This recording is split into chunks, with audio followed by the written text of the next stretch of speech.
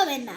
একদিন আমি বাজার দিয়ে হাঁটাহাঁটি করতেছিলাম, তখনই দেখি আমার পিছনে কে জানি কথা হচ্ছে। তখনই তাকাই দেখি একটা মহিলা বলতেছে, তুমি পালায় যাও, এখানে কিন্তু সাপ আছে। তখনই আমি সামনে তাকাই দেখি ওই মহিলাটা আমার সামনে, পিছনে দিকে ওই মহিলা পিছনে। তখন ভাবলাম আরে কি হইলো আমার সাথে। তখন আমি পিছন দিকে দৌড় দিলাম। তখন দেখলাম না এমন একটা জিনিস, যে জিনিসটা দেখা যায় না, তাও কথা কয় খালি। ওই জিনিসটা সাপের মতো দেখতে। ওই সাপ ওটা যখন আমি ধরলাম না, আমার হাতটা একদম এইরকম করে সাইড হয়ে গেল। তখনই আমি আবার সামনের দিকে তাকাইলাম, তখনই দেখি একটা বাঁশের মতো কি জানি দাঁড়ায় আছে।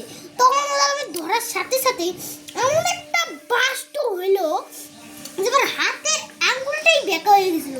তখন আমি এমন করে দৌড়তেছি, আমার প্যানের ভিতর থেকে সাপটা বাইরে আসলো। এটাই আমার গল্প ছিল। সবাই লাইক করে দিন।